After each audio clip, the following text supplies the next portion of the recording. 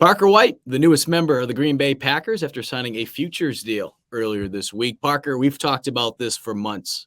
It's been a long time coming. I know we talked about it this past fall when you came on a Mix in a Water Monday segment. The continued work that you were putting in. What has it been like for you just over the last 24, 48 hours? Yeah, I mean, it's been pretty awesome. So I first found out about it on January 2nd. I was driving back from the bowl game. I know that game was a little bit before New Year's, but my brother lives near Jacksonville, so I stayed with him for a couple of nights. And I was in the car on the way back, and I get a text from my agent that just said, "Congrats, you're in the NFL." And I was like, "Oh, well, that's yeah." So I get a text from my agent saying that I'm in the NFL, and I didn't really know how to react to that because that's a pretty unique text message. So I immediately called him. He didn't pick up. He called me right back, said that he was on the phone with the Packers, and that's why he couldn't answer. So he let me know that they were going to sign me like to a futures deal once the season ended. So I was like, okay, that's pretty awesome. And I was excited also because he had mentioned that if they did make the playoffs, there's a chance I could get to kick off like in a playoff game. So I was really stoked about that. And then that didn't come to fruition. So ended up just doing the futures deal after the Lions loss on what did we signed on Tuesday Mhm. yeah, yesterday. So yeah, so that was it's pretty incredible to get to go up there and experience that. And you already know this when it comes to a position like kicker, there's always competition. It doesn't matter if there's a veteran. I'm sure you've had long talks with other guys like Elliott Fry who've gone through this before, Ryan Suckup. I bring that up because can you explain to people what that means, a futures deal? Yeah, to be honest with you, I don't know exactly like what it even means, but my best guess is that it means that you're going to be on the team in the future. I guess I don't I can help exactly you out. know when you tag that term on the end. I don't exactly know, but I know that I signed a 3-year contract. So I'll help you out there. It was one of those things I was going to let you answer it, but I got Yeah. you. I got you, Parker. Yeah. Basically, a futures deal is once the season ends for a team. Every player that was on the practice squad sees their contract expire, and other guys that weren't on the team, they'll have an opportunity to sign with that team for, like you said, a future deal. And you'll be able to go to camp. You'll be able to compete for one of those positions. So, again, like we talked about with special teams, that's the case anyway. Whether you were on the team last year, they're going to bring in competition, especially at that position. What have you learned, I guess, from this past year, right? Being invited to some, I know you were at Kansas City, Jacksonville. You went out to some of these teams and had opportunities to kick there. And I know some of those competitions were uphill battles, but what have you learned just about the journey that maybe you wouldn't have been able to learn until you actually went through it yourself firsthand? Right. Yeah. So, I mean, I really learned, you really see it firsthand how good and consistent some of these guys are that are out there. There's just a lot of, uh, that's why it took so long for me. I mean, when it didn't take super long, some people have waited longer than the 8 months that I did. But, I just learned there's a lot of good kickers out there. When you watch these guys, in person, like really, it's impressive how regimented they are in their routine and stuff. And they're professionals because at the end of the day, I mean, it sounds kind of weird to say, but like, I mean, I just signed with the Packers, so like I'm a professional athlete. So like it's a little weird still like to think that for just kicking, but like it is one of those, specialized skills that takes years to master and whatnot. So yeah, it's just cool getting to compete and um, go up against guys like that. Again, I know we've talked about it, you and I, on a Mix in a Water segment, but remind people what you've been kind of doing these last couple months because I know you've been trying to find time to kick, but at the same time too, you started up a business to be able to make a living, during this time period, which um, it just makes the story that much sweeter because it has been challenging, I'm sure. Yeah, yeah, I've been trying to be sort of a jack of all trades without having like a legitimate like 9 to 5 job. So I've been trying to make ends meet the best I can. So I started so like long term work wise started a trucking company. So that's kind of like a growing company. That's we're not seeing like a ton of profits off that right now. We're taking out loans, trying to grow a business, doing all that. Short term wise.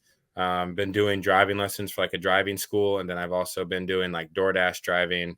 Um, kicking lessons, just, whatever the case may be, doing appearances, autograph signing, whatever it is, just trying to make ends meet as best I can until the football thing kind of came to fruition. And how did you find time to be able to kick? And what's that like? Because obviously you don't have the luxuries of being able to kick at USC all the time. I know that you'd come up here, but Mhm. what is that like? Is it literally just try to find an open field sometimes? Yeah, sometimes it is like that. Usually I'll go to the Citadel field downtown because they have a nice turf practice field that's available to the public. So I'll go kick there, and it's normally pretty quiet and not a lot of activity going on there. So I can get on the field usually no problem. And then I got a gym membership at Crunch. So I've just been working out there, and then, just trying to, you know, stay as sharp as I can. But yeah. Uh, we've talked about it before, Parker, but I know you probably get asked this all the time. You know, when you weren't signed, and probably now the question is going to be what took so long. If you just had to be honest with yourself, right, based on what you've heard from other coaches, and maybe you don't necessarily agree with some of the things, but what do you think outside of the fact that number one, there's only one kicking spot, right? It's not like an Mhm. offensive lineman where there's multiple spots or a linebacker. Outside of the numbers game, what do you think were some of the things that you needed to either improve on, or in the eyes of some of these coaches, they wanted you to be, well, wanted to be able to see from you a little bit more? Yeah. So the number one, like, the top feedback thing that I kind of got was, at least recently, has been just the fact that I'm inexperienced, no professional games. So that was the number one thing for, like, any time a team said they were going to sign one guy over me or whatever, was just that they said, so and so's kicked in a game before, so, and we don't want to have to trust a rookie with no game experience. So I mean, that's kind of the main thing. To be honest, that it's really the only, like, legit feedback I've really gotten. And then not doing kickoffs like at Carolina the past year or Mhm. two hurt me, like, a little bit. But I can do it now, and I've sent out good film and stuff like that. But yeah, it's just usually they're gonna favor guys that have gotten shots before, and whether it be even in preseason or in the XFL or whatever the case may be. I know we're up against the time, so I'll let you get going on this one.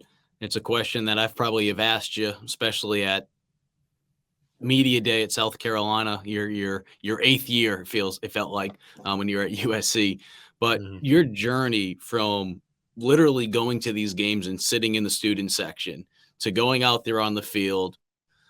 We've talked about it before, the shaky start, but Muschamp sticking with you, the continued growth, the continued opportunities that you took advantage of to the point of being USC's all-time scoring leader. What have you just learned throughout this entire journey from, again, someone that was literally in the stands watching, who at that point, maybe those NFL dreams weren't there, to now literally being able to live out a dream of signing with an NFL team this week?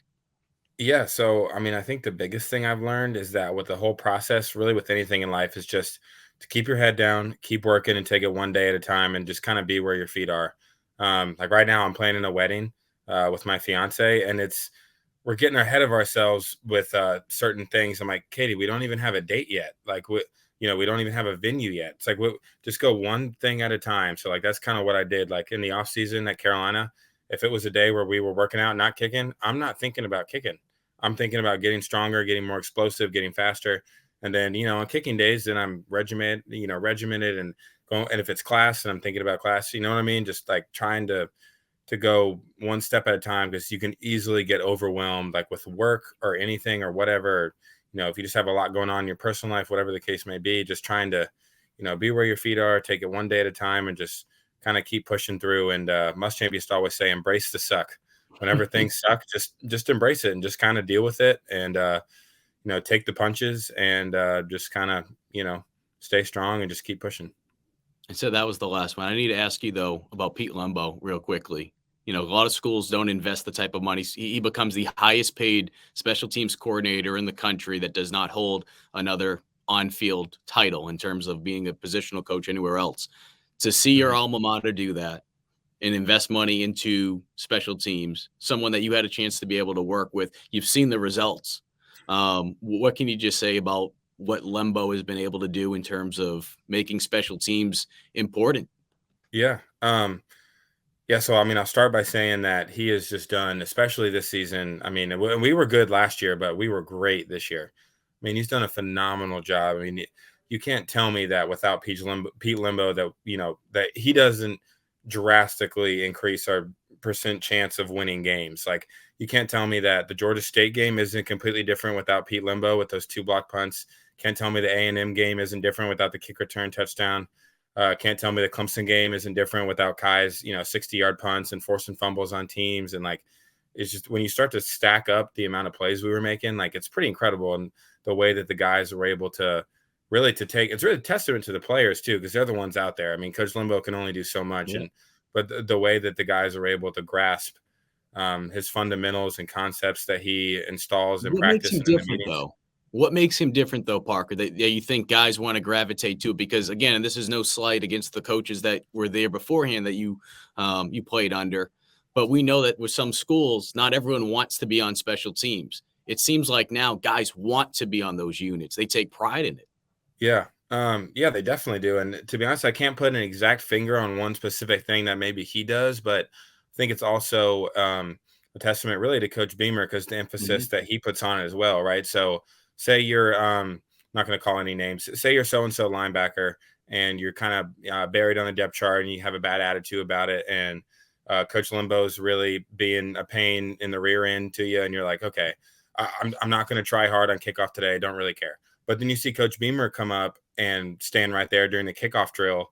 And, he's watching, so you're going to obviously do whatever you can to impress the head coach. Like, you may not feel the same way about the special teams coordinator at the time, even though you should. But, Coach Beamer comes over, which he does often during special teams. It's going to give the extra oomph in practice. And it puts an extra emphasis on it that it's just a supplement to, what Coach Limbo's doing. And, I think everyone's just buying in. He makes the meetings fun.